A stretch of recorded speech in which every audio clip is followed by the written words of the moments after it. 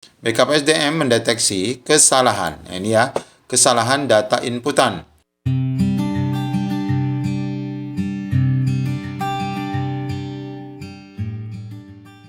Assalamualaikum warahmatullahi wabarakatuh. Bapak Ibu yang berbahagia, pada video kali ini kita akan mencoba mengupdate informasi terkait pendataan non-ASN. Kita akan cek pesan BKD dan BKN terkait pendataan yang hari ini sedang berlangsung. Kita pastikan semua honorer mengetahui informasi ini. Ikuti video ini sampai selesai. Baik Bapak Ibu, di sini kita akan mengupdate informasi pendataan. Yang pertama kita akan cek dulu pesan dari BKPSDM. Walaupun pesan ini sebenarnya bersumber dari salah satu BKPSDM, yakni di Provinsi Kepulauan Riau, namun pada prinsipnya sama Bapak Ibu, di mana pertama disampaikan BKPSDM akan mulai melakukan penyisiran data, yakni pengecekan ya, data non-ASN mulai tanggal 26 September 2022, yakni mulai Senin. Oleh karena itu diminta kepada rekan-rekan melakukan pembuatan akun dan penguploadan berkas itu sebelum masa ini. Sebagaimana pesan yang disampaikan oleh BKPSDM, kita lihat. Nah, di sini disampaikan pesannya mengingatkan kembali kepada Bapak Ibu. Assalamualaikum. Selamat pagi Bapak Ibu yang menangani kepegawaian. Bersama ini kami infokan untuk pendataan non-ASN, sistem akan ditutup oleh BKN pada tanggal 30 September 2022. Nah, jadi Bapak Ibu tetap ya kita mengacu pada lini masa nasional bahwa pembuatan akun itu nanti akan ditutup di 30 September. Untuk itu agar diinformasikan kepada masing-masing non-ASN di unit kerja Bapak Ibu untuk melengkapi data dan melakukan validasi data yang diisi sebelum dilakukan resum. Nah, ini yang terjadi Bapak Ibu, banyak kesalahan yang dilakukan oleh rekan-rekan non-ASN. Sudah resum di saat belum sempurna Bapak Ibu ya, penguploadan berkas dan penambahan masa kerja 5 tahun. Nanti kita lihat apakah ini fatal. Masing-masing OPD dapat mendata non-ASN yang belum bisa membuat akun dan belum melengkapi data untuk segera melengkapi dan melakukan resum paling lambat tanggal 23 September 2022. Ini Bapak Ibu, ini semalam ya, seharusnya sudah diselesaikan. Hal ini karena akan dilakukan validasi data di BKD sebelum tanggal 30 September.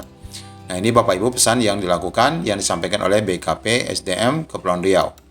Bagi yang belum dapat membuat akun, nah ini Bapak Ibu ya, masih diberikan masa sampai dengan 30 September. Jadi masa akhir lini masa pembuatan akun itu tetap sampai 30 September. Kemudian BKPSDM mendeteksi kesalahan. Nah, ini ya, kesalahan data inputan. Uploadan berkas ada yang tidak melengkapi 5 tahun terakhir.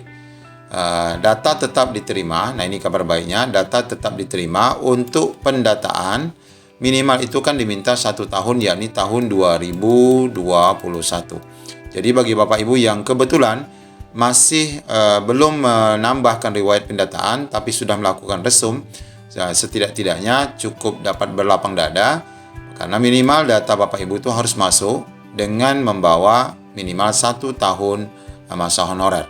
Meskipun Bapak Ibu pasti merasa kecewa ya, kenapa tidak dapat menambahkan data riwayat menjadi 5 tahun. Itu karena kesalahan Bapak Ibu sendiri ya, karena sudah resum sebelum melengkapi data-data yang lain. Kemudian di sini disebutkan kesalahan background foto. Nah, ini ya. Kesalahan background foto bukan hal yang prinsip. Namun, honorer harus mengakui kelalaian inputan tanpa membaca pesan pada aplikasi.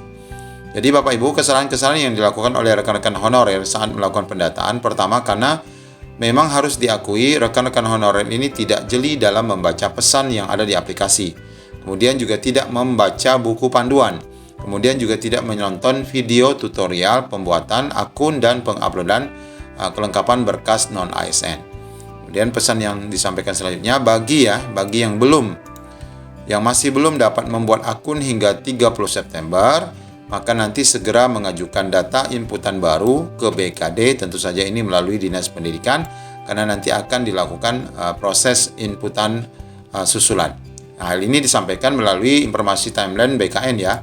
Di sini sudah disebutkan timeline BKN itu bahwa masa prafinalisasi 30 September ini adalah, lihat ya, yang warna biru ini, yang warna ungu ini adalah melakukan import Excel kemarin ya, Excel. Nah, ini adalah dilakukan di bulan September awal, membuat akun dan registrasi penambahan riwayat. Kemudian di akhir September, 30 Septembernya merupakan finalisasi. Nah, ini ya, di di poin 2 ya. Kemudian di akhir September ini juga nanti akan diumumkan daftar tenaga non-ASN yang masuk dalam pendataan itu pada instansi masing-masing. Oleh karena itu nanti tenaga non-ASN harusnya mendeteksi apakah nama dia masuk dalam pendataan. Nah, jika nanti tidak masuk ataupun masuk, akan cek lagi kembali di tanggal 31 Oktober karena nanti bagi instansi yang terdapat pegawai non-ASN yang dalam pengusulan pendataan pasca finalisasi ini belum masuk datanya, maka dapat bersurat ke BKN untuk melakukan penambahan waktu pendataan. Nah, ini tapi sedikit agak ribet ya Bapak Ibu, tentu akan mengajukan lewat dari Dinas Pendidikan, kemudian ke BKD, lalu ke BKN. Sehingga masa finalisasi akhir itu nanti akan ditetapkan di 30 Oktober 2022. Nah, sebagai penutup kita dengarkan Bapak Ibu paparan dari Pak Suharmen berkenaan dengan pendataan non-ASN yang saat ini sedang berjalan. Apakah nanti berpengaruh dengan pengangkatan ASN Bapak Ibu? Kita akan cek videonya. Mari sama-sama kita simak videonya.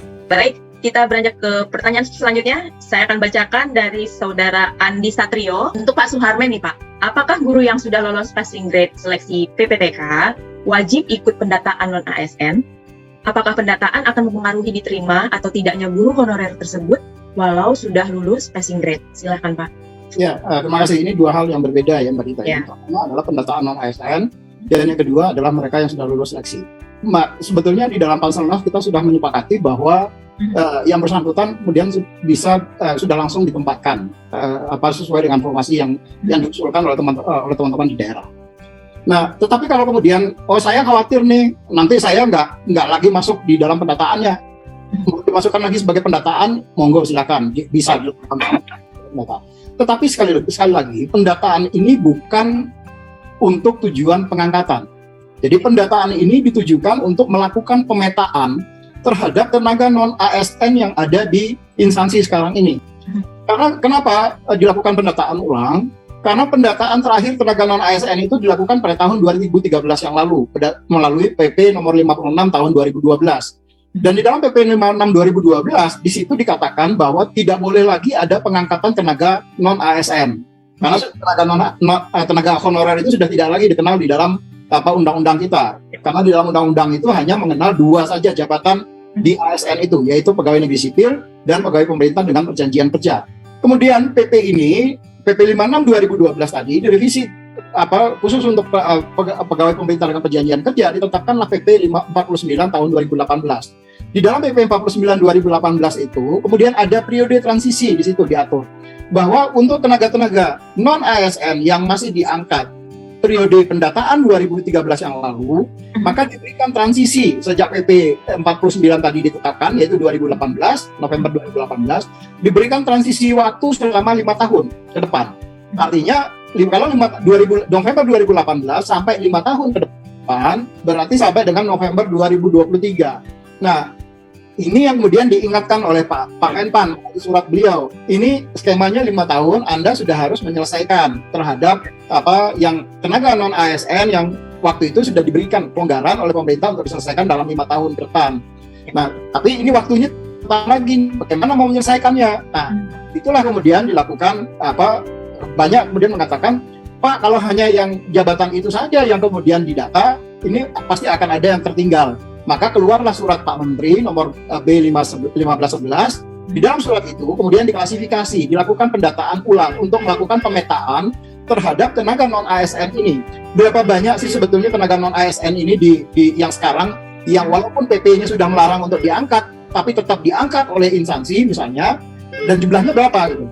Nah, dari data yang sudah masuk ke saya, posisi sampai dengan tadi pagi itu sudah 1.300.000. Jadi dari yang posisi 2013 itu hanya 366.000 dan yang sudah melakukan konfirmasi hanya sekitar nggak sampai 100.000. Ternyata sekarang datanya sudah 1.300.000-an. Jadi meledak data ini, dan ini yang saya sudah ingatkan dari awal ke teman-teman Kementerian Pan-RB, ini pasti akan meledak datanya gitu. Kemarin waktu saya lapor ke Pak Menteri kaget itu, loh kok bisa meledak seperti itu? Proses pendataan yang kami lakukan, Mbak Dita. Jadi memang di dalam pendataan ini saya melihat ada yang teman-teman guru yang juga kemudian diusulkan oleh instansi. Bagi saya sih tidak ada masalah di situ, silakan saja diusulkan kembali. Toh tujuannya adalah pemetaan. Sebetulnya Ya. Kalau kita lihat berdasarkan jabatan, misalnya berapa banyak sih sebetulnya guru-guru kita ini yang sekarang masih menjadi honorer misalnya. Walaupun data itu kan juga ada di datanya teman-teman Dikbud melalui data Dapodik. Itu kan data itu juga ada di situ. Tetapi kalau ingin nanti tentu akan pada saat melakukan cek dan recheck akan dibandingkan atau diverval dengan datanya Dikbud. Betul nggak yang bersangkutan ini adalah tenaga honorer di situ dan tercatat sebagai tenaga honorer di situ. Jadi